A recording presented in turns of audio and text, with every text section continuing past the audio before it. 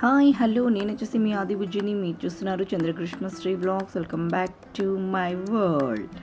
So ఈరోజు vlog వచ్చేసేసి Saturday and Sunday 2 days ఏం జరిగింది అని చూడబోతున్నారు. సో సాటర్డే అనగానే పూజ అది అయితే కంప్లీట్ చేసేసాం. ఎవ్రీ సాటర్డే అయితే ఇంట్లో టెంకాయ కొట్టి పూజ అయితే చేసేసుకుంటాం అనమాట.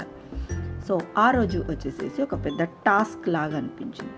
ఇంకా చపాతీ చేద్దాం అనుకున్నాం. వంకాయలు కొన్ని ఉన్నాయి, ఆ తర్వాత వచ్చేసి బీరకాయ ఒక 2 ఉన్నట్లున్నాయి. బీరకాయలు కూడా మేము 4 members ఉన్నాం. ఇక్కడ కొంచెం వంకాయ కొంచెం బీరకాయ ఏం సరిపోతుంది అనిపించింది. పోనీ 2 వేసి చేద్దామా అంటే ఆ కాంబినేషన్ అస్సలు కుదురుతుందా, టేస్ట్ ఎలా ఉంటుందో మనకు తెలియదు. కొన్ని కాంబినేషన్స్ బాగా సెట్ అవుతాయి, కొన్ని కాంబినేషన్స్ చేసామనుకోండి ఎత్తిపోతుంది అనమాట. సో ఎందుకు వచ్చిన బాధ అనేసి బీరకాయ వచ్చేసేసి రెడ్ కలర్లో చేశాను, వంకాయ వచ్చేసేసి ఎల్లో కలర్ అంటే పచ్చిమిర్చి వేసి చేసేసాను అనమాట. సో ఫైనల్గా అయితే 2 కూడా సర్దుకొని వచ్చేసేసాను అనమాట. సో పూజ చేసేసుకున్నాను, ఏం చక్క చపాతీ చేశాను, కర్రీ చేసేసాను. 10-10:30 ఆ మధ్యలోనే ఎగ్జాక్ట్గా తినేసేస్తున్నాం అనమాట. ఇంకా నా ఫేవరెట్ సీరియల్స్ చూసుకొని తింటున్నాం. ఇంకా ఆఫ్టర్నూన్ వచ్చేసేసి ఇంకా నార్మల్గా ఏదో చేసేసుకున్నాం, అన్నం పప్పు అలా ఏమో చేసుకొని తినేసేసాం. ఆ రోజు ఈవినింగ్ ఒక స్పెషల్ డే అనమాట. మా కర్నూలులో పాడుతా తీయగా ప్రోగ్రాము ఫైనల్ ఉంటుంది కదా. సో మహాసంగ్రామం ఫైనల్ వచ్చేసేసి కర్నూలులో జరిగింది. దానికి మాకు టికెట్స్ అయితే వచ్చాయన్నమాట. సో మేము ఆ ప్రోగ్రాం చూడడానికి వెళ్తూ ఉన్నాం. ఎక్కడో జరుగుతున్నప్పుడు మనం టీవీలో కూర్చొని చూస్తాం.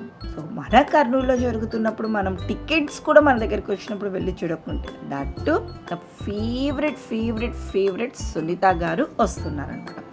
అఫ్కోర్స్ ఇంత దగ్గర నుంచి కాకుండా కూడా కానీ ఒక లైవ్లో అయితే నేను తన్ని చూస్తాను కదా.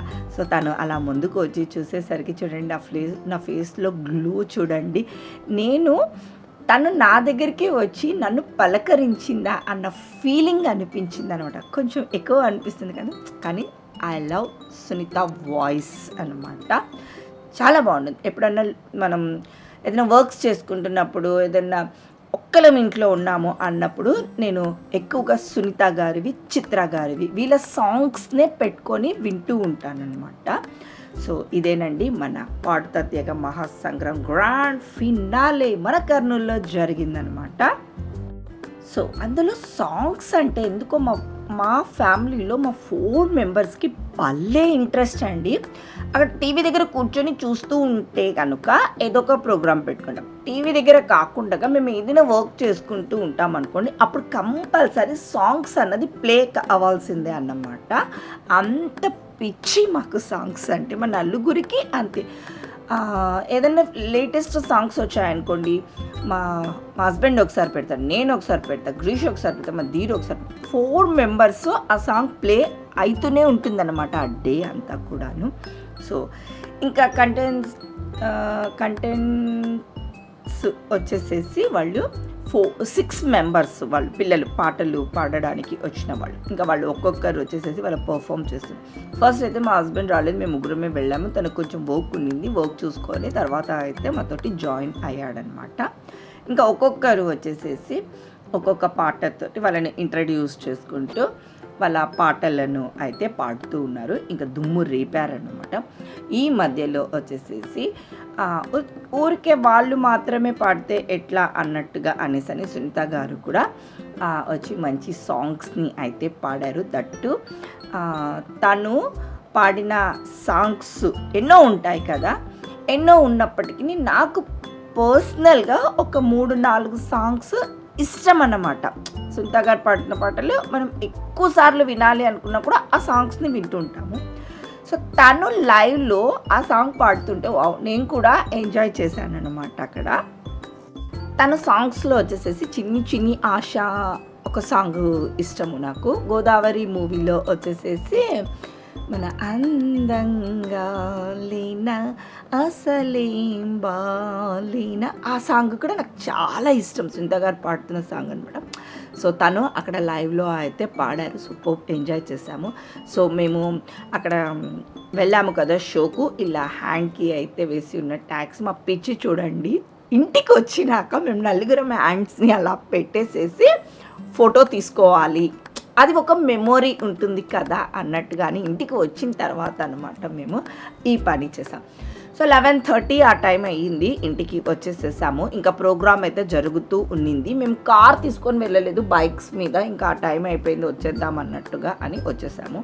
వస్తూ మన పరోటా అండ్ గ్రేవీ ఉంటుంది కదా, ఇంకా ఆ టైంలో 1-2 ప్లేసెస్కి వెళ్తే క్లోజ్ చేసి ఉన్నారు. 11:30 ఆ టైం, 11కి మేము అక్కడి నుంచి స్టార్ట్ చేసినప్పుడు ఇంకొక చోట పరోటా దొరికింది. సో షేర్వాని తీసుకొని ఇంటికి వచ్చి కొంచెం వేడి చేసుకొని అయితే అది తింటూ ఉన్నాము. ఇంకా ఇంట్లో కూడా ఆ ప్రోగ్రామ్ గురించే మాట్లాడుకుంటూ ఆ సాంగ్స్ గురించి, అంటే ఫస్ట్ మా హస్బెండ్ రాలేదు కదా, ఏం జరిగింది ముందు, మీరు పోయినప్పుడు ఏం జరిగింది ఏంటి అనేసి. ఇంకా మా హస్బెండ్ 5 o'clockకి వెళ్ళండి అంటే మేము ఇంకా 6:30కి వెళ్ళామన్నమాట. కొంచెం వెనకాల కూర్చున్నాము, ఇంకా ముందు వెళ్ళొచ్చు కదా అనేసి అని. ఇంకా అప్పుడు మళ్ళీ మాకు అక్కడ చెప్తూ ఉన్నాడనమాట. సో టైం చూడండి, మేము తింటున్నప్పటికీ 11:20 ఆ టైం అయితే అవుతుంది. సో ఒక హాఫ్ అన్ అవర్ మళ్ళీ ఆ ప్రోగ్రామ్ గురించి ఎంజాయ్ చేసామన్నమాట. సో సాటర్డే అయితే అలా గడిచిపోయింది, ఒక మెమరబుల్ డే అనమాట మన లైఫ్లో. ఇంకా సండే రోజు వచ్చేసేసి చికెన్ బిర్యానీ చేసుకుందాము అనేసి అని. ఇంకా అప్పటికి మనకు ఈ కోళ్ళు తినచ్చు అన్న టైమే అన్నమాట. మనము ఇప్పుడు మీరు చికెన్ తినకూడదు కదా ఎందుకు అన్న డౌట్ వస్తుంది ఏమో. ఇది ప్రీవియస్ బ్లాగ్ కాబట్టి అప్పటికి చికెన్ తినకూడదు అన్న రూల్ అది ఏమీ రాలేదు.